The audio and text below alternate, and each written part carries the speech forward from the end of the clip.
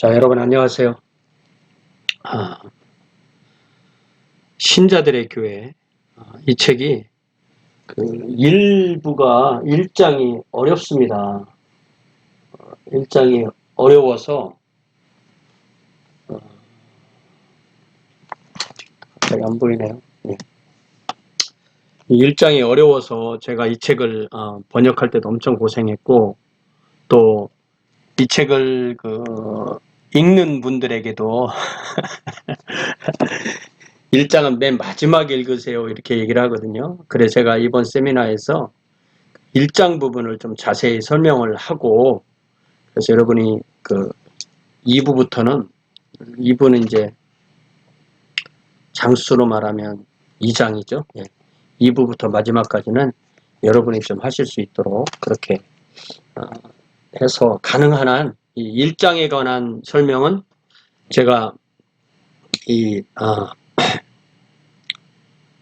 미리 강의를 하는 것으로 이렇게 소화를 하기로 하고요. 자, 우선 저자에 대해서 생각을 해보면요. 저자는 1927년생이시고요. 2005년에 돌아가셨습니다. 그러니까 우리보다 한 세대 정도 빠른 분이라고 이렇게 생각하면 되겠죠. 네. 디트로이트 출신이시고요. 이 북쪽이 독일 계통에서 온 자유교회 출신들이 많이 정착해 있잖아요. 뭐 메노나이트나 뭐 독일 형제회나 또 아미시나 이런 분들이, 그게 아무래도 날씨가 이 북유럽 날씨하고 비슷한 그런 것도 이유가 되는 것 같아요. 맨체스터에서 역사 학사 학위를 49년에 마치셨고, 미시간 대학 역사 석사를 52년에 마치셨고, 이제 한국 동란 때네, 그죠? 펜실베니아 대학에서 역사 박사를 마쳤으니까, 이게 이제 소위 유펜이라는 그 학교잖아요.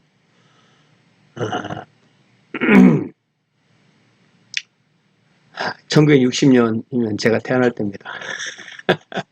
그러니까 저하고는 분명히 세대가 다르죠. 네. 그래서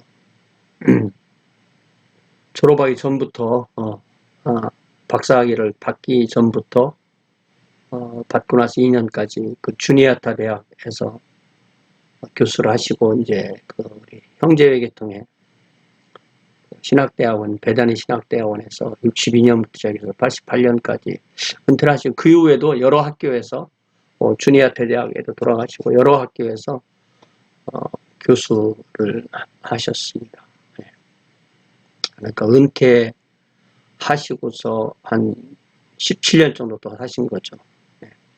그래서 뭐 위키피디아 이런 데 찾아보면 우리 이 도널드 던바는 한 200여 편의 저서, 논문, 기고문 등이 목록이 나옵니다. 그런데 가장 제가 볼 때 핵심 저서는 바로 이 신자들의 교회죠.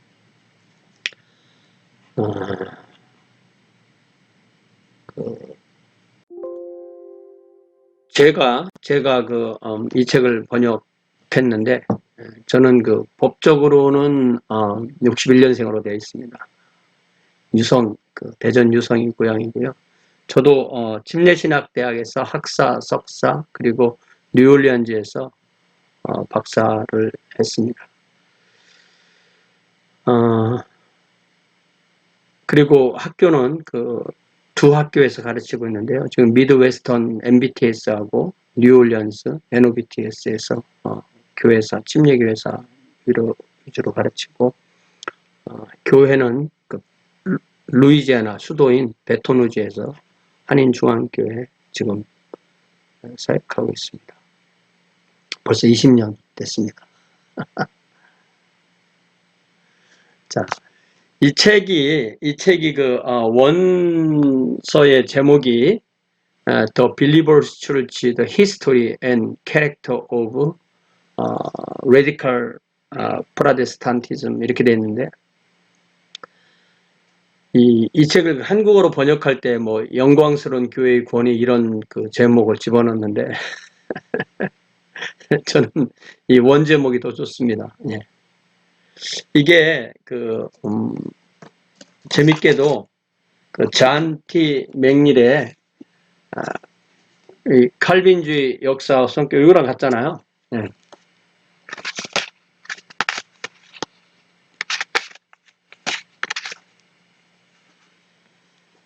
The History and Character of Calvinism 이거 54년도 책인데 이 책은 1968년도에 나왔으니까 예.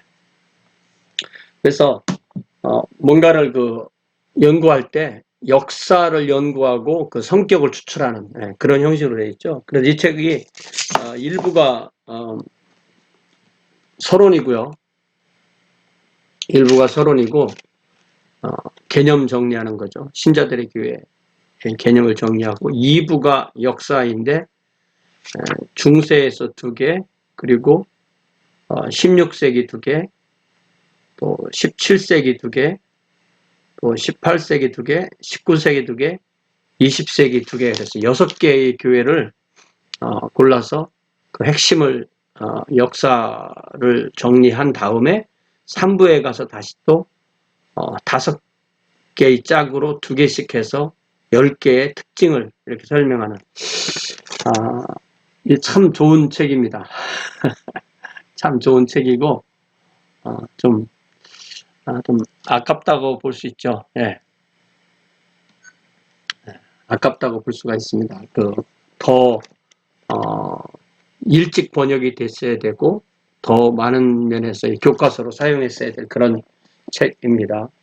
제가 번역한 책은 1985년도에 헤럴드에서 나온 책을 대본으로 번역을 했고요.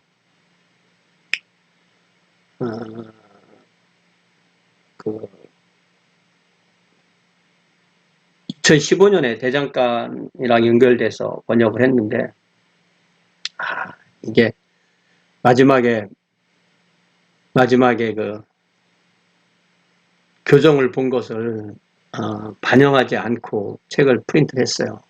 그래서 그거 다시 수정하고 또 번역 다듬고 해서 2019년에 다시 수정 재판을 했는데 여러분이 지금 들고 있는 책들은 다 이 수정 재판을 들고 있길 바랍니다. 이 수정 재판도 이 오타가 종종 있어요. 예.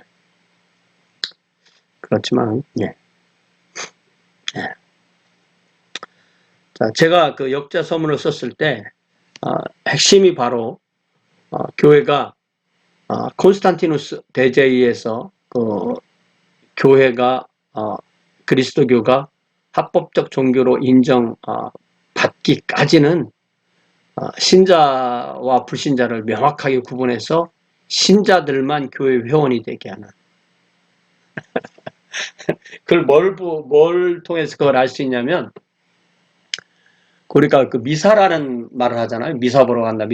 미사. 그 가톨릭 교회에서 예배를 보통 미사라고 말하는데 그 미사가 떠나 보낸다는 말이에요. 그런데 그러니까 요즘 이사 가잖아요. 그게 뭐냐면은 이 초대교회 예배는 크게 2파트로 나뉘었는데 한 파트는 누구나 와서 들을 수 있는 그런 예배예요. 그러니까 거기서 이제 복음이 증언되고 뭐 이렇게 하겠죠. 그리고 침례받지 않은 사람을 떠나 보내고 그리고 나서 성찬식을 한 거예요. 그러니까 요 미사를 중심으로 떠나 보내는 것 중심으로 그 이전과 이후가 분명히 나뉘는. 그래서 지금 미국 남침례교회 같은 경우는 주일학교 성경 공부는 전체가 참여하고 그 교회 오는 모든 사람이 참여하고 예배는 아직 자기가 침례를 받지 않은 사람이 예배를 안 드리는 그런 게 있어요. 그래서 이 예배 숫자보다 주일학교 참여 숫자가 더 많다고 하잖아요. 참 재미있죠. 그래서 이 초대교회는 다 신자들의 교회였다. 그러니까 에클레시아 주민들 안에서 신자들을 따로 불러 모은 그런 교회인 거죠. 그런 이제 313년에 밀라노 칙령으로 그리스도교가 공인되고, 또 이 황제와 또 황실 또 국가가 교회를 적극 후원해주고, 또 381년에 테오도시우스 1세가 삼위일체 하나님을 믿는 그런 교회만 유일한 합법적 종교로 그렇게 인정해 주면서 이제는 모든 주민이 다 그리스도인인 것처럼 그렇게 어떤 유아사리를 통해서 인정하고, 신자와 불신자가 구별되지 않는 명목상 신자로 교회가 구성되는 그러한 이 것이 돼서, 그때부터 소위 우리가 말하는 크리스텐덤, 라틴어식으로 읽으면 크리스텐덤, 영어식으로 읽으면 크린스넘 이렇게 하는데, 이게 이제 크라이스트에다가 이 n을 붙이고 킹돔, 그 돔 이렇게 붙여서 그리스도의 왕국, 뭐 이런 식으로 어떤 개념을 잡은 다음에, 또 법적으로 예수님을 믿든 안 믿든 태어날 때 부모에 의해서 유아세례를 받고 모든 신민이 다 그리스도인이라고 그렇게 인정하는, 그러니까 정치와 종교가 하나로 묶여서 공생 관계에 들어가는 그런 관계가 바로 이 교회와 신민이 구별되지 않은 그런 상태인 거죠. 그러니까 불신자와 신자를 구별할 수가 없다. 그리고 내 통치 영역 안에서 한 사람도 빠뜨리지 않고 하나님 나라로 데리고 가겠다. 그리고 이 세속의 나라와 하나님 나라는 구별할 수 없다. 이런 개념인 거죠. 그래서 313년 이전에는 신자들의 교회였는데, 그 이후로는 뭐 국가교회니 영토교회니 교구교회니 이런 개념으로 정리할 수가 있고, 그런 것을 추구하는 교회가 로마 가톨릭 교회나 뭐 동방정교나 뭐 루터교회, 개혁교회, 영국성공회 피할 수 없습니다. 루터교회 우리는 신자들만의 교회예요. 개혁교회 우리는 신자들만의 교회예요. 영국성교회 우리는 신자들의 교회만의 교회예요. 이렇게 말할 수 없습니다. 왜냐하면 이 정치와 종교가 구별되지 않은 곳에서는 이 정치와 종교가 하나가 돼. 예를 들자면 루터도 이 국가와 교회를 하나님의 양팔 뭐 이렇게 생각했잖아요. 또 개혁교회에서도 뭐 칼뱅이나 아니면 잔 락스나 다 국가교회를 추구했고요. 예를 들자면 우리가 1648년 웨스트민스터 신앙고백서도, 이게 웨스트민스터 신앙고백서가 상당히 잘 정리가 된 그런 신앙고백서지만 핵심이 뭡니까? 핵심은 스칼랜드에, 그러니까 영국이 그때 이제 통일된 상태에서 이제 스코틀랜드하고 그 남쪽과 전쟁을 한 것이 영국 시빌 워였잖아요. 그 스코틀랜드의 종교는 장로교회였고 영국의 종교는 성공회였는데, 웨스트민스터 신앙고백서는 스코틀랜드의 장로교회를 영국에 심기 위한 준비 작업이었던 거예요. 그렇기 때문에 웨스트민스터 신앙고백서에서는 분명하게 국가교회를 추구한 거죠. 그래서 우리가 오늘날 웨스트민스터 신앙고백서를 공부할 때는 우리가 오늘날 보는 것에는 그 부분이 이렇게 원래의 것에서 이렇게 개정된 걸 우리가 보기 때문에 잘 그것을 구별하지 못하는데, 그 시대의 문맥으로 분명히 국가교회를 하고 싶었던 거예요. 네. 그래서 이런 국가교회 출신, 또 예를 들면 관주도 종교개혁 출신의 교회들에는 아직도 국가에서 교회에게 뭔가 호의적인 것을 해주기를 기대하는 게 있어요. 그래서 국가에 좀 더 호의적으로 하지 않으면 금세 그것을 핍박이라고 하고 불평등이라고 그렇게 말하는데, 제 개인의 견해는 그렇습니다. 교회는 이 국가로부터 약간의 불평등 내지는 뭐 불이익, 또 약간의 그 압박 이런 게 있을 때가 건강한 겁니다. 국가에서 도와주면 어용이 생길 가능성이 커요. 네. 그렇게 되고요. 자, 이 던바의 초판 서문에서는 자유교회와 신자들의 교회라는 이 두 용어가 그동안 쓰여 왔는데, 자유교회라는 이야기를 상당히 오랫동안 쓰다가 1905년 이 막스 베버, 독일의 기독교 사회학자 막스 베버잖아요. 막스 베버가 이 용어를 처음 쓰기 시작했다. The Protestant Ethic and the Spirit of Capitalism. 이게 이제 원래 그 1905년 책인데 이것이 영어로 번역된 해가 1958년인 것 같아요. 네. 그래서 이것이 한국어로는 이제 1996년에 번역이 되어 있고, 뒤에 프로테스탄티슈의 에틱 und der Geist des 카피탈리스무스. 네, 이게 제가 고등학교 때 독일어를 하긴 했는데 읽는 것도 잘 못하겠어요. 예. 자, 이 자유교회라는 말이 쓰여 왔었는데 막스 베버가 처음으로 자유교회라는 말이 아니라 신자들의 교회라는 말을 썼고, 그때 막스 베버가 신자들의 교회라는 말을 적용한 것은 아나베프티스트와 퀘이커 교도에 적용해서 썼다. 그리고 나서 메노나이트 교회 일반총회 1955년 그리고 1967년 신자들의 교회 개념에 대한 학회 이런 데서부터 이 신자들의 교회라는 말을 더 잘 쓰기 시작했다.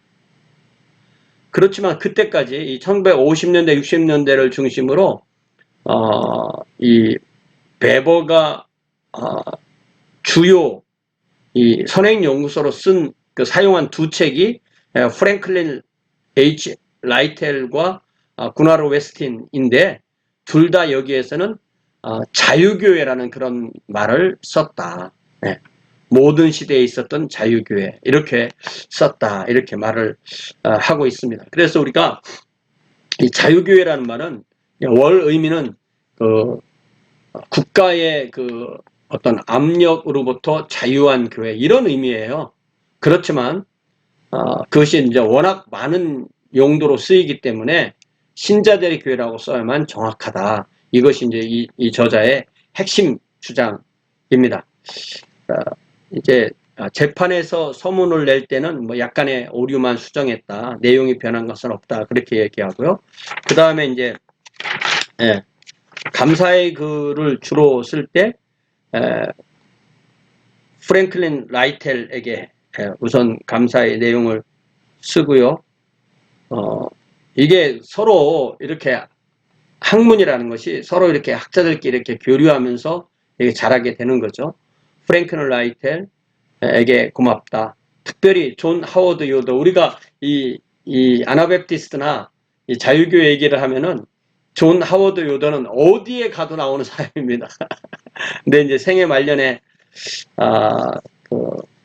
이런 어떤 불미스러운 그런 일이 이렇게 알려져 가지고 어떤 사람은 요도가 아니라 요괴가 아니냐 이렇게 말하는 분도 있는데, 우리가 어떤 한 사람의 생애에 대해서 공도 있고 과도 있습니다. 뭐 공만 얘기해도 맞는 게 아니고 과만 얘기해도 맞는 게 아니고, 공 때문에 과를 다 버려도 안 되고 과 때문에 공을 다 버려도 안 되는 거죠. 공도 우리가 통해서 얻고 과를 통해서도 또 타산지석으로 삼아야 됩니다.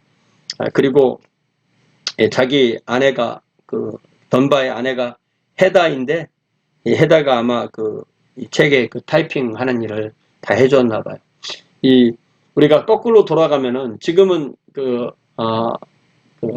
컴퓨터 베이스의 이 워드 프로세서로 하니까 작업이 참 용이하잖아요. 그전에는 그냥 워드 프로세서였고, 그전에는 타이프라이터였고, 그전에는 사람이 손으로 쓰는 거였죠. 보통 사람이 손으로 써서 원고를 주면 타이프라이터 기사가 타이프라이터를 해주는 건데, 이게 중간에 한번 바꾸면 모든 것을 다 다시 쳐야 되는 거잖아요. 타이프라이터. 이게 얼마나 힘들었겠어요. 그런데 재밌는 것은 뭐 여러분도 그런 생각 하셨겠지만은 사람의 몸이 편해지고 이 머리가 편해지면 머리가 퇴화합니다. 그래서 기억력이나 사람의 기능이 옛날이 훨씬 더 좋은 거예요. 그래서 어떤 학문적 능력도 옛날이 훨씬 좋다는 것을 우리가 많이 깨닫게 됩니다. 또 그런 생각을 해보면 성경 시대 때는 이 글보다는 이 말의 시대였잖아요. 네. 그러니까 문어의 시대가 아니라 구어의 시대인 거죠. 그러다 보니까 이 글을 쓰고 읽는 것은 아주, 그러니까 글을 쓰는 게 가장 글을 이렇게 실제로 쓰는 게 가장 고단위의 기술이었고, 뭐 또 읽을 수는 있지만 쓸 수는 없는 사람이 있을 수도 있고, 글을 읽거나 쓰지 못하지만 귀로 듣고 입으로 말하는. 그래서 귀로 듣고 입으로 말하는 것에서 두 가지가 핵심인데, 하나는 기억력이 좋다는 거고요. 기억력이나 이해력이 좋다는 거고, 그 다음에 암기력이 좋다는 거죠. 그래서 우리가 사도행 17장에 그 베레아 사람들이 데살로니가 사람보다 더 어떤 인문학적인 소양이 넓은 그런 사람들로서 어떤 그 진이 좋아서, 배경이 좋아서 인문학적인 그런 훈련이 잘 되어서 바울에게 말씀을 듣고 날마다 성경을 상고했다고 할 때, 성경이라는 것을 개인이 가지고 있던 시대가 아니잖아요. 그렇다면 날마다 성경을 상고하려면 저의 최종 결론은 그들의 메모리에 있던 성경과 이 바울의 가르침을 이렇게 대조해 봐야 된다는 그런 의미로 이해할 수가 있겠어요. 네. 제가 좀 필요하지 않은 얘기까지 하는 것 같다는 느낌이 들기도 합니다. 자, 이제 본격적으로 제1부 신자들의 교회 개념, 제1장 신자들의 교회 정의 하는데, 참 재미있게도 이 던바가 참 대단한 분이라는 것이 이 마르틴 루터부터 시작해요. 그래서 이 이야기를 잘 보면 이 서론이, 제1장 서론이 번역서 기준으로 말할 때 19페이지에서 69페이지니까 딱 50페이지인데요. 이게 시작이 마르틴 루터로 시작해서 끝날 때도 마르틴 루터로 끝납니다. 그래서 말하고자 하는 핵심은 이거예요. 마르틴 루터는 신자들의 교회 개념을 알고 있었고 하고 싶었는데 안 했어, 못했어. 그래서 루터교회는 신자들의 교회가 아니었고, 막상 신자들의 교회가 나오자 루터가 그들을 핍박했어. 이런 얘기예요. 참 이게 이제 기독교 역사의 가장 큰 비극 중에 하나가 그리스도인들이 서로 신앙의 관점의 차이로 상대방을 핍박하게 되는데, 이 핍박이라는 것이 물리적인 핍박, 어떤 군사적인 핍박, 또 사법적인 핍박, 또 몸을 감옥에 가두고 또 신체를 절단하고 생명을 빼앗고 또 뭐 추방하고 또 사회적인 권리를 박탈하고 또 재산을 박탈하고 자녀들을 빼앗아서 강제 개종시키고, 이런 모든 것이 그런 어떤 실제적인 압력이 가해지려면 그런 국가교회의 힘을, 국가의 권력을 받은 사람들만이 그거를 할 수가 있습니다. 그렇게 생각해 보면 이게 큰 교회사의 큰 아이러니고 큰 비극이죠. 우리가 읽는 이 책에서 그런 내용들을 무수히 읽게 될 것입니다. 자, 마르틴 루터는 이신득이 교리의 제시로 촉발된 종교개혁 과정에서 어느 정도 성공을 거둔 후 1516년에 10월 30일부터 시작된 이 종교개혁 과정, 근데 그것이 이 로마 가톨릭 교회에 어떻게 구원을 받나, 우리는 어떻게 한 개인이 하나님 앞에서 의롭다 하심을 받나 라는 것을 전혀 가르쳐주지 못했기 때문에 이신득의 교리를 제시했고, 그로 인해서 정치적인 역학관계와 함께 종교개혁 과정이 시작되었고, 그것이 어느 정도 성공을 거둔 후에 그러면 이제 자신의 주장을 따르는 그런 복음에 근거한 교회를 조직해야 되는 실제적인 문제에 직면했을 때 자기가 세우려고 하는 교회는 진정으로 복음과 부합되는 조직을 세워야 했다라고 했을 때, 그 교회를 자기가 세워야 하는 그 교회의 특징을 여기 20페이지 보면 이렇게 정리하죠. 첫 번째로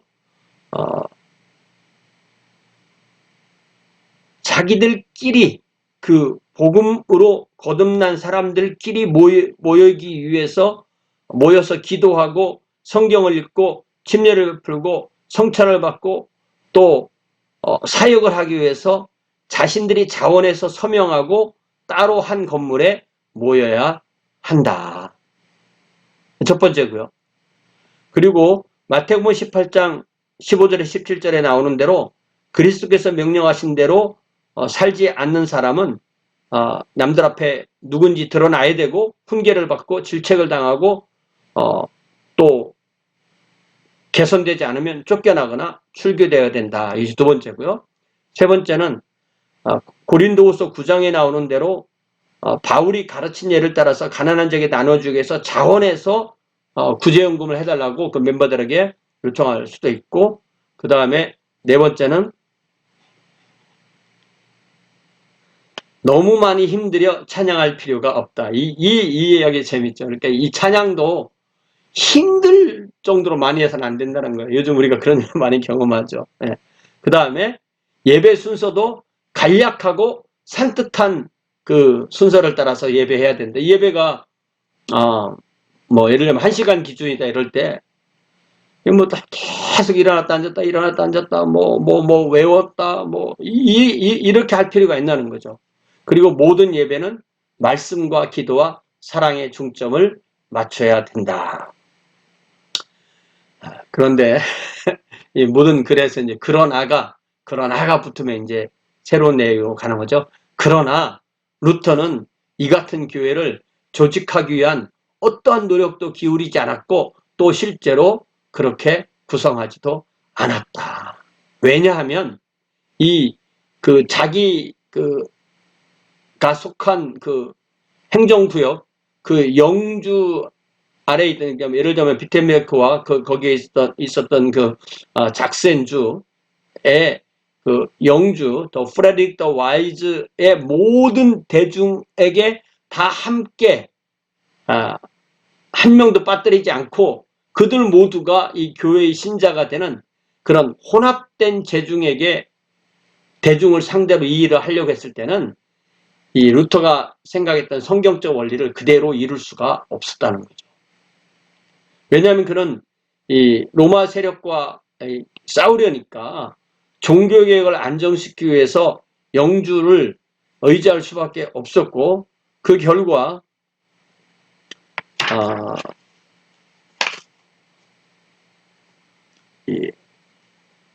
베인튼, 롤란드 H. 베인튼이 이제 그것을 뭐라고 말을 했냐면, 루터의 진퇴양난은 그가 영토교회와 고백교회를 동시에 하고 싶었던 거고, 그러나 동시에 할 수 없었다는 걸 알았을 때 결국은 영토교회를 선택할 수밖에 없었다는 것이 루터의 진퇴양난이었다. 그러면서 이 던바의 그 기가 막힌 점이 자기의 주장을 하기 위해서 자기의 주장을 갖고 온 것이 아니라 루터가 주장한 걸 갖고 와서 루터가 생각했던 것이 바로 신자들의 교회야 라고 그렇게 말을 합니다.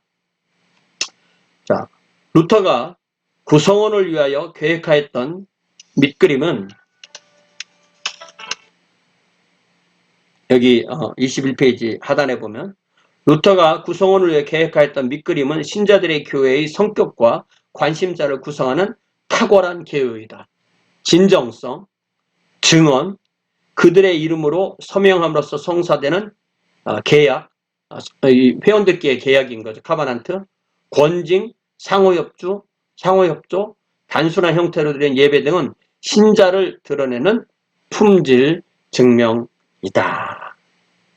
네. 개신교가 가진 비극은 이러한 모임이 역사에 등장하였을 때 루터와 그 동료가 그 신자들의 교회 사람들 안에서 열광주의, 광신주의, 반역정신, 특별히 이 반역정신이라는 말에는 이제 남쪽에서 올라오는 터키와의 투르크족과의 전쟁에서 우리는 평화주의자이기 때문에 전쟁에 나가지 않습니다라는 것을 이 반역 정신으로 이해를 하게 된 거죠. 그래서 이러한 편견은 오늘날까지도 완전하게 극복되지 않았다. 그래서 우리가 참 재미있는 현상이 아나베프티스트 예전에는 제침례교도 이런 말을 쓰는 사람들은 이 아나베프티스트에 대해서 좀 더 이렇게 좋은 관점을 가지고 있는 사람들이 주로 이렇게 쓰고요. 굉장히 재밌는 현상이에요. 아나베프티스트나 제침례교에 대해서 조금 안 좋은 관점을 가지고 그렇게 배워온 사람들이 주로 쓰는 말은 제세례파 이렇게 써요. 똑같은 단어거든요. 아나베프티스트라는 말을 똑같이 번역할 때 우리가 제세례파라고 번역하느냐 제침례교도 제침례파라고 번역하느냐 이렇게 이 차이가 나게 됩니다. 저는 아나베프티스트가 했던 그런 뭐 민스터 폭동 같은 그런 것을 미화시키고자 하는 마음이 전혀 없어요. 항상 우리가 역사를 공부할 때 가장 핵심이 전체를 본 다음에 전체에서 어디까지는 내가 받아들일 수 있고 어디는 내가 받아들이지 않아야 되는 그 취사 선택에 그 능력이 없다면 우리는 역사 공부를 할 수가 없는 거죠. 좋으면 통으로 다 받아들이고 싫으면 통으로 다 버리는 것은 그건 아주 미련한 겁니다. 네. 자칫하면 이게 이제 표현이 격해지기 때문에 예. 자, 이제 자유교회의 개념이라고 이제 22페이지부터 나오는데요. 이 프리처치라는 말이 이미 개념이 정립돼서 사용되어 오고 있는데 왜 던바는 이 말을 신자들의 교회라는 말로 바꿔야 된다고 왜 하고 있느냐 이거죠. 왜 이미 사용되고 있는 전문 용어를 바꿔야 되느냐. 왜냐하면 이 용어는 모든 사람을 위한 모든 것으로 의미하기 때문에 모든 사람을 위한 모든 것으로 의미하면은 의미가 없는 것이 된다는 거죠. 너무 광범위하기 때문에 이 사람은 이런 의미를 쓰고 저 사람은 저런 의미를 쓰면 서로 얘기를 같은 단어를 써도 말이 안 통하는 거죠. 그래서 이것을 위하기 위해서는 또 이 던바가 윈스롭 허드슨이 1961년에 정의한 이 자유교회가 가지고 있는 5가지 그 특징을 설명하고 이 5가지를 가지고 자세하게 이 던바가 설명을 해주고 있어요. 그래서 이게 좀 그러니까 이게 23페이지에 답에 나오는 한 6, 7줄을 그것을 또 자세하게 나누어서 한 두세 페이지에 설명을 하고 있습니다. 윈스롭 허드슨이 뭐라고 말하냐면 아래 5가지의 어느 것에 해당되어도 이 용어를 적용한다. 그러니까 1번의 개념을 가지고 있는 사람이 5번의 개념을 가지고 있는 사람, 특별히 4번의 개념을 가지고 있는 사람과 대화할 때 서로 말이 안 맞을 수가 있다는 거죠. 첫 번째는 장로 정체나 감독 정체를 싫어한다. 우리는 회중 정체다. 장로 정체는 장로교회, 감독 정체는 감리교회나 로마 가톨릭이잖아요. 그런데 우리는 자유교회야 할 때는 우리는 장로나 감독이 없어요. 이런 의미로도 이 말을 쓸 수가 있고 우리는 로마 가톨릭처럼 전례를 많이 하는 세크라멘토가 많은 그런 교회가 아니요라고 하도 쓸 수 있고 또 어떤 경우는 우리는 위에서 내려온 신조는 거부하고 우리가 자유롭게 하는 신앙 고백은 좋아요라고 할 때도 이 교회를 쓰는 거고 우리는 교리에 있어서 마음대로 우리가 믿고 싶은 대로 믿어요. 특별히 이 4번이 이 많은 이단 우리가 소위 이단이라고 말하는 유니테리언이나 이런 데서 이 말을 쓰기 때문에 구별을 해야 된다는 거. 그리고 마지막으로는 교회와 국가의 분리. 그래서 여기 실제로 여기 보면은 1, 2, 3, 4, 5번 중에서 4번만 빼면 1, 2, 3, 5는 다 이게 신자들의 교회의 특징과 이렇게 연결됩니다. 그렇지만 이런 혼란이 빚어졌기 때문에 신자들의 교회를 쓰는 것이 자유교회라는 말을 쓰는 것보다 낫다. 그런데 이게 참 재밌는 것이 한번 이렇게 어떤 용어가 정리가 되면 그 용어가 잘 안 사라집니다. 그래서 오늘날도 자유교회라는 말과 신자들의 교회 이렇게 말이 있으면 아직도 자유교회라는 말을 더 많이 쓴다는 사실을 우리가 알게 됩니다.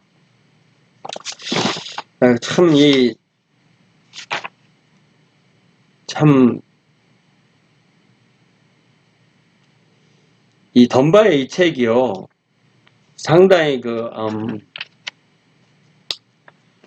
1장 부분을 잘 읽어보면요, 이게 박사학위 논문을 이 책으로 발전시켰다는 느낌이 딱 들어요. 그만큼 1장이 개념 정리를 해나가는. 박사학위 논문에서도 이 1장에서 개념 정리를 해서 내가 무엇을 어떻게 왜 하는데 문제의식은 어디에 있고 또 이 분야의 이전의 연구는 얼마큼 돼 있고 내가 이 책을 통해서 이 논문을 통해서 하려고 하는 건 뭐야 라는 것을 명확하게 드러내야만 그것 안에서 글을 써나갈 수 있는 거죠. 그거 마찬가지로 이 책에서도 그 1장이 그런 역할을 하고 있습니다.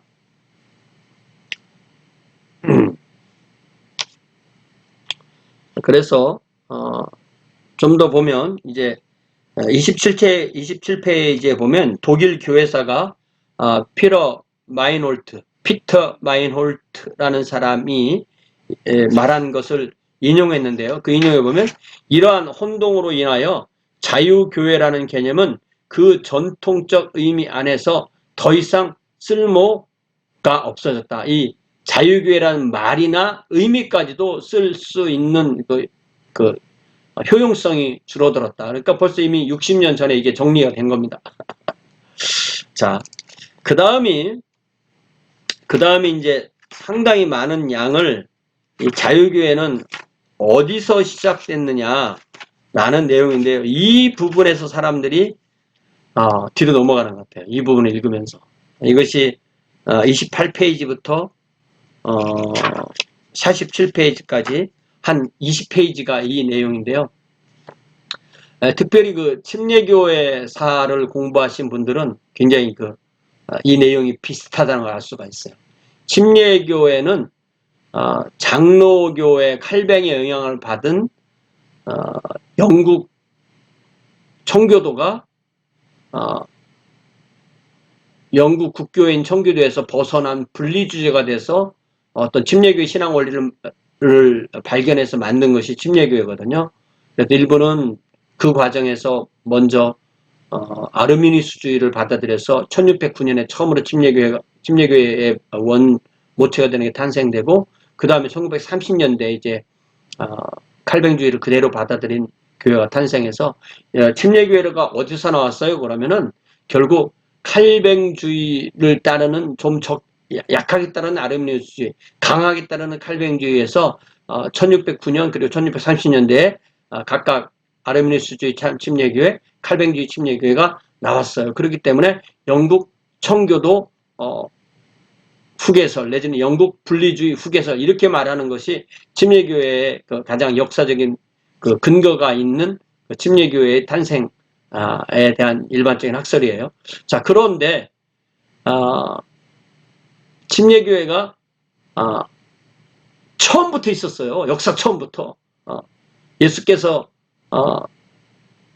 침례 요한에게 침례 받을 때부터 침례교회가 있었던 거예요. 이렇게 말하는 사람들이 있는데 그렇게 말할 때는 모든 교파가 다 그렇게 말할 수 있는 거예요. 왜냐하면은 예수님과 초대교회는 모든 교파의 기원이잖아요. 네. 그런데 그 역사적 기원만 말하면 로마 가톨릭과 동방정교만 뭐 가장 기원으로 올라가면 동방정교죠. 동방정교 예루살렘 포함하니까. 네. 그래서 이 분파주의 학파라는 것은 결국은 초대교회부터 이 신자들에게 쭉 있었고 또 313년 이후에도 그런 신자들의 교회가 있었는데 그런 것들이 어떤 이단이나 좌익이나 또 국가교회 반대하는 비순응파가 있었기 때문에 끊어지던 이어지던 계속 있어 왔다. 이 침례교회에서도 이 피 흘린 발자취 이런 책을 통해서 그 이전에 침례교회가 17세기 생기기 이전에 있었던 교회들도 다 침례교회였다라고 말하면서 이렇게 예를 드는 것들이 실제로 이단이거든요. 이단의 예를 꽤 많이 듭니다. 예를 들면 도나토스파가 침례교회였다. 이름이 침례교회 아니지만 침례교회였다. 도나토스파는 이단은 아닙니다. 그러나 그런 어떤 이단들을 예를 들면서 침례교회다 이렇게 말하는 것은 받아줄 수가 없는 거죠. 그래서 이 분파주의 학파의 이단 분파주의 학파에 관한 설명을 읽다 보면 굉장히 은혜가 돼요. 사람은 모르지만 하나님이 그렇게 해오셨다 이렇게 얘기를 하니까. 그런데 이게 사실은 역사적인 근거가 없는 거죠. 예를 들자면 여기 29페이지에 보면은 하나님이 분리해내신 거룩한 회중이며 하나님이 소유하신 백성으로서 하나님과 하늘에 속한 교회는 세상이 시작될 때부터 지구상에 기원하였으며 아담 때부터 있었다는 거죠. 네. 현 시대에 이르기까지 모든 시대에 존재해왔으며 세상 마지막 날까지 존재할 것이다.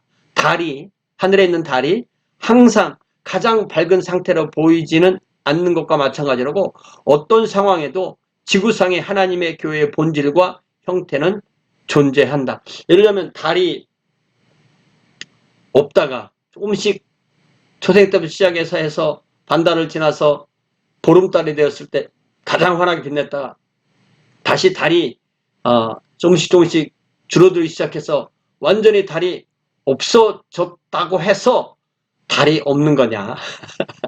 이 역사에서도 교회가 이런 신자들의 교회가 항상 있었다. 그렇기 때문에 그 기원을 이 역사에서 보는 것처럼 봐서는 안 된다. 이렇게 말하면 참 말은 맞는 것 같죠. 그렇지만 그거는 그냥 우리가 요즘 하는 말로 말한다면 뇌피셜이죠. 뇌피셜이라고 말합니다. 네. 역사는 뇌피셜로 하는 게 아니라 사료로 하는 겁니다. 사료. 그러니까 우리가 어떤 역사책을 읽을 때 그 사람이 이 1차 자료에서 분명한 근거를 제시하면서 글을 썼나 이걸 봐야 돼요. 그렇지 않으면 신뢰할 수 없는 거죠. 자기 주장만 하는 거기 때문에. 그래서 그런 면이 좀 있고요. 이게 재밌는 것이 역사적으로 보면 순서로 보면 아나베프티스트가 1525년이고 청교도 주의에는 1558년이니까 요 사이에 한 30년 이상의 격차가 있어요. 그런데 이 신자들의 교회가 아나베프티스트 때부터 나왔기 때문에 두 번째 이걸 설명을 해야 되는데 이게 자기가 얘기하려고 하는 것이 아나베프티스트이기 때문에 청교도주의를 먼저 이야기하고 그 다음에 아나베프티스트를 지르는 겁니다. 이렇게 되면 사실 역사적인 그 순서는 안 맞죠. 그러니까 1. 분파주의, 2. 아나베프티스트, 3. 청교도 이렇게 나가야 되는데 그 순서를 하지 않고 그걸 바꿔놓은 거죠. 그래서 이 청교도주의는 결국은 그 침례교회처럼 그렇게 신자들의 교회가 나왔다. 이렇게 생각하는 거죠. 네. 근데 이거는 별로 역사의 근거가 좀 떨어진다 이렇게 얘기를 하는 거고요. 세 번째로 이제 이 저자가 말하고 싶은 것이 바로 아나베프티스트 학파다. 왜냐하면 이게 결국 스위스 형제단이 가장 확실한 역사적인 그 연결성이 되어지는 첫 번째이기 때문에 그쪽으로 가야 된다라고 이야기를 하는 것입니다. 가장 많은 사람들이 주장하고 있다.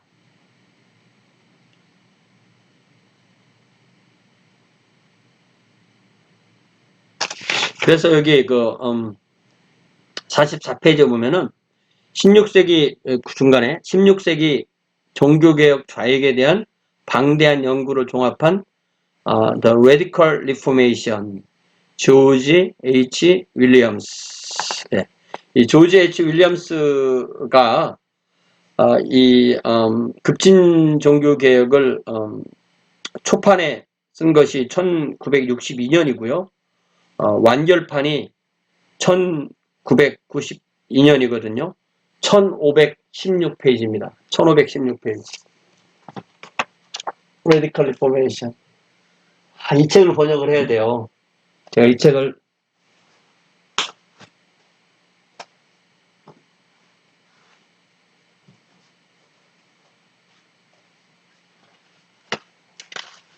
약간 보급판으로 샀거든요.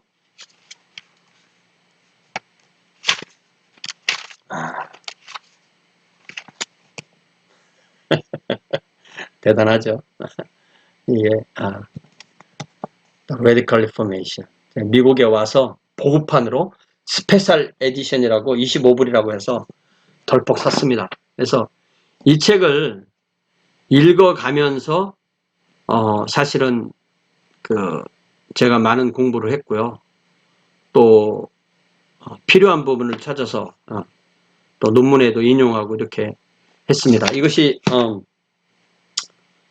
인덱스까지 포함해서 1516페이지인데 이게 아직 한국말로 번역이 안 됐어요. 네, 목마른 사람이 샘을 판다고. 이거 진짜 하고 싶어요.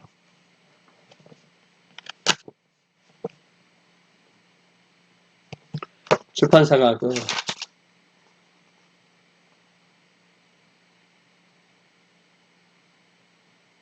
16세기 Essays and Studies, 이게 출판사인 것 같아요.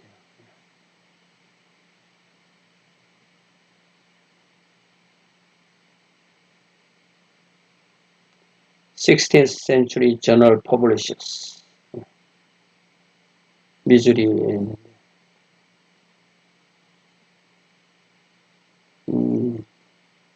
초판은 웨스트민스터, 2판은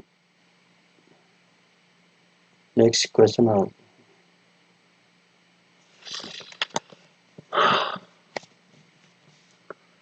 이게 전자책으로라도 나왔으면 좋을 것 같아요. 전자책으로라도.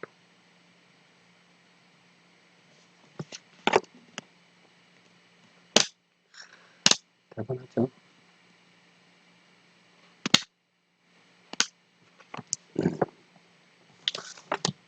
제가 요즘 헤럴드에서 나온 이 앨런 크라이더의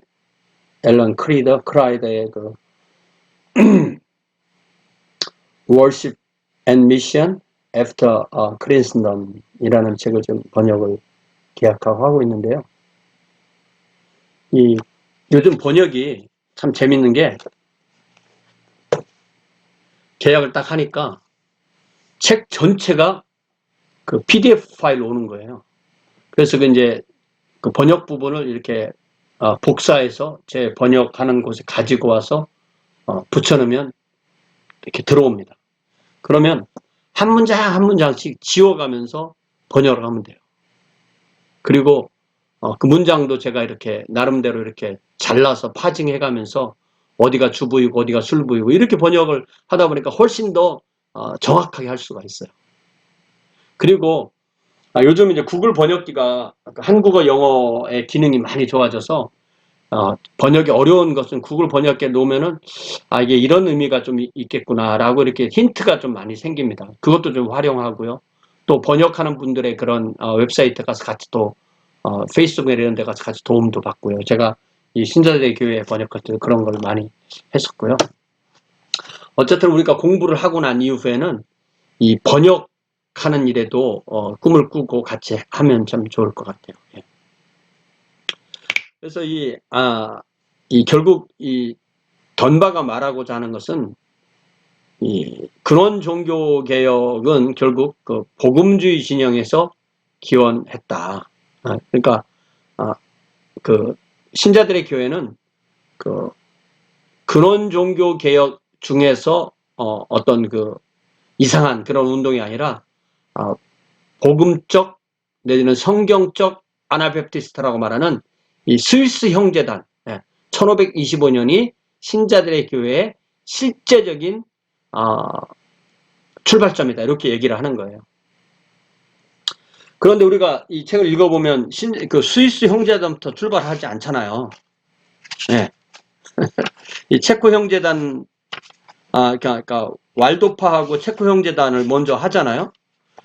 그렇기 때문에 엄밀하게 말하면 뭐 그 이전 뭐 11세기 이렇게 얘기할 수도 있는 거예요. 그렇지만 역사적인 맥이 그대로 이어지는 어떤 운동으로 서로 영향을 주는 그런 면에서 이 스위스 형제단을 두었고요. 그럼에도 우리가 이 왈도파하고 체코 형제단은 지금까지 그대로 남아있기 때문에 중세 분파란 말을 써서 중세 분파인 왈도파 체코 형제단도 우리가 반드시 기억해야 한다라는 것을 좀 알았으면 좋겠고요. 그 다음에 이 책에서 이제 교회를 어떻게 구분을 할 거냐 라고 하면서 이 교회 분류 방법을 얘기하는데요. 이게 또 기가 막힌 겁니다. 이게 도대체 뭔 얘기야 할 정도로 복잡한 이야기 같은데 이거를 잘 보면은 2000년 교회 역사가 한눈에 다 들어오는 겁니다. 제가 이걸 보고 이 어떤 학문의 통섭 내지는 앞에 사람들이 연구한 걸 가지고 더 연구해서 더 뭔가를 만들어내는 그런 능력에 있어서 이 덤바가 정말 그 기가 막힌 능력이 있다는 사실을 알게 됐어요. 그래서 우리도 어떤 연구를 한다, 공부를 한다는 것은 지금까지 있던 것을 공부해서 그걸 통해서 내가 또 더 공부해서 뭔가를 또 더 도움이 되는 발전적인 것을 제시할 수 있을 때 그게 학문을 발전시키는 거 아니겠습니까? 그러기 위해서는 내가 생각해낸 이것이 새로운 건지 아니면 그 전에 이미 다른 사람이 해놓은 건지를 알아야 되잖아요. 나는 이거를 내가 한 이 말은 정말 인류 역사에서 나밖에 한 말이 아니냐. 나는 그 말을 할 자격이 있는 사람은 아담밖에 없다. 이런 말이 있어요. 그 이야기는 자기가 정말 뭔가를 주장하려면 그 전에 사람들이 이거에 대해서 뭐라고 주장했는지를 알지 않고는 내가 뭔가를 새롭게 주장해서 뭔가를 발표했는데 다른 사람이 그거 옛날에 누가 이미 한 거야. 이렇게 말할 수가 있잖아요. 네. 그런 면에서 공부를 하는 겁니다. 네. 그래서 박사과정 시작하면은 엄청나게 많은 걸 익히잖아요. 네. 많은 시간이 읽고 생각하고 정리하고 요약하고 발표하고 또 읽고 생각하고 요약하고 정리하고 발표하고 그 모든 과정을 다 해서 현재 내가 공부하는 이 분야에 탑이 어떤 얘기를 하고 있고 지금 어디까지 왔으니까 내가 이 시장에 뛰어들어서 어디부터는 내가 내 이야기를 한다. 이걸 하는 과정이 공부 과정인 겁니다. 그래서 이런 책 한 권만 잘 읽어봐도 이 사람이 이 책을 쓰기 위해서 얼마나 많은 것을 소화를 해놨나를 알 수가 있어요. 자, 먼저 초대교회에서 교회를 정의한 중요한 이 회의가 바로 381년에 우리는 이런 교회를 믿어요. 우리가 믿는 교회는 이런 교회라고 그거를 정의한 4가지 용어가 있는데 그것이 바로 One, Holy, Catholic, and Apostolic 이라는 그 영어예요. 네, 그 용어예요. 그래서 교회는 이 4가지가 동시에 특징으로 가지고 있다는 거죠. 교회는 하나다. 교회는 어디 있든 삼일체 하나님 믿는다는 면에서 같은 교회다. 그러니까 교회 통일성이죠. 네. 다양성을 인정하지만 다 한 교회다. 그리고 교회는 거룩하다. 세상으로부터 분리되었다. 이게 자유교회 그러니까 이 신자들의 교회가 아니면 거룩하다는 말을 하기 어렵겠죠. 예수 그리스도의 보혈로 세상부터 분리되어서 하나님께서 받으실 만한 존재가 돼. 거룩이라는 개념은요. 세상이랑 분리됐다는 개념도 있지만 하나님께서 받으신다. 하나님께 쓰신다. 그런 거죠. 하나님께 쓰시기 위해서 주님의 보혈로 깨끗하게 한 그런 의미죠. 보편적이다. 이 말도 이 말이 이제 그 캐톨릭이란 말이잖아요. 이 말이 하나라는 말과도 비슷한 면인데 이것은 언제나 어디서나 기본 내용은 같아요. 그런 뜻이죠. 보편이다. 일반적이다. 우주적이다. 유니버설하다. 이 보편이라는 말은 어떤 시대나 장소를 뛰어넘어서 기본 내용은 같아요. 그런 의미고요. 캐톨릭. 그래서 우리가 이 캐톨릭이라는 단어를 로마 캐톨릭 교회에 주면 안 돼요. 거기에만 사용해서는 안 되는 겁니다. 모든 교회는 캐톨릭이어야 되는 거예요. 그리고 우리가 사도신경에서도 우리가 거룩한 공교회를 믿습니다. 라고 할 때 이게 Holy Catholic Church예요. 우리가 특히 이제 침례교는 사도신경을 잘 안 외우지만 이 사도신경을 매번 외우는 사람들이 카톨릭 교회를 믿습니까? 라고 물어보면 안 믿어 이렇게 말하면 말이 되겠습니까? 나는 로마 가톨릭 교회와 어느 부분에서 찬성하지 않아요. 이 말을 해야 되는데 그 말을 할 줄 모르고 나는 카톨릭 교회 안 믿어요. 이렇게 말해버리면 이 용어상의 혼돈이 옵니다. 그래서 저는 보통 캐톨릭 교회라고 할 때 문맥이 로마 카톨릭 교회를 의미하면은 다 저는 번역할 때는 무조건 로마 카톨릭 교회라고 그렇게 집어넣어서 번역해요. 그렇지 않으면 이 교회, 우리가 모든 교회를 의미하는 캐톨릭 교회와 구별이 됩니다. 카톨릭 교회인데 로마 카톨릭 교회다. 카톨릭 교회인데 개신교 카톨릭 교회다. 이렇게 쓸 수 있는 거죠. 그러니까 우리가 캐톨릭 베프티스트, 캐톨릭 프레스비테리안, 캐톨릭 메소디스트 이렇게 말할 수 있어야 되는 거죠. 그 다음에 아포스탈릭이라는 것은 핵심이 뭐냐면 신약 성경적이라는 말이에요. 우리가 사도와 선지자들 요한복음 에베소서